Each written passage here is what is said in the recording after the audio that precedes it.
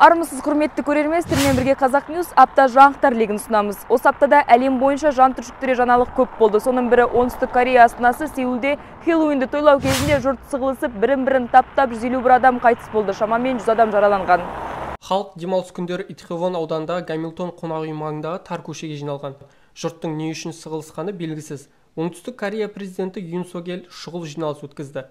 Азаттық радиосы ақпаратына қарағанда, зардап шеккендерге көмектесу үшін елдің түрлі өңірінен 800-ден астам құтқарушы келген. Сеул өрт сөндіру бөлімінің бастығы қаза болғандар саны артуы мүмкін, жараланғандардың кейбірінің жағдайы мүшкіл деді. Қаза тапқандар арасында 19 шетел азаматы бар. Жараланғандардың 15-і басқа ел азаматы. Корея Республикасында Қазақстан елшілігінің консулдық бөлімі тәулік бойы жұмыс режиміне ауыстырылды. Корея құзыретті органдарымен тұрақты байланыста болатын жедел штаб құрылды.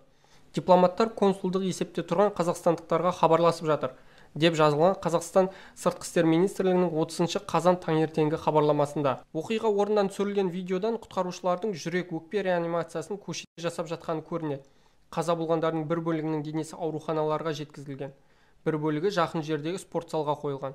Жедел қызметтің мәліметінше қаза болғандардың басым бөлігі 20 жаста. Хэллоуинді тойлау кезінде қаза болғандардың арасында қазақстандық студенттің денесі табылған. Бұл жөнінде Қазақстан сыртқы істер министрлігінің баспасөз қызметі хабарлады.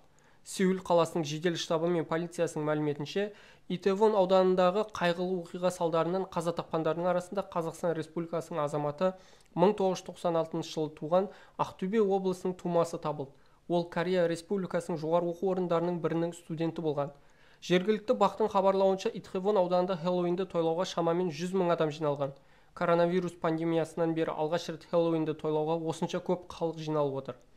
Оңтүстік Корея президенті Юн Согель Сеулдегі трагедияға байланысты ұлттық аза күнін жариялап, қаза болғандардың жақындары мен туыстарына көңіл айтты.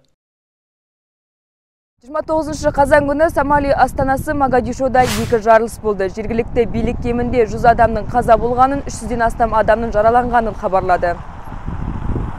Жарылыстарды Әл-Шабаб діни тобы жасаған болуы мүмкін деген болжам айтылған.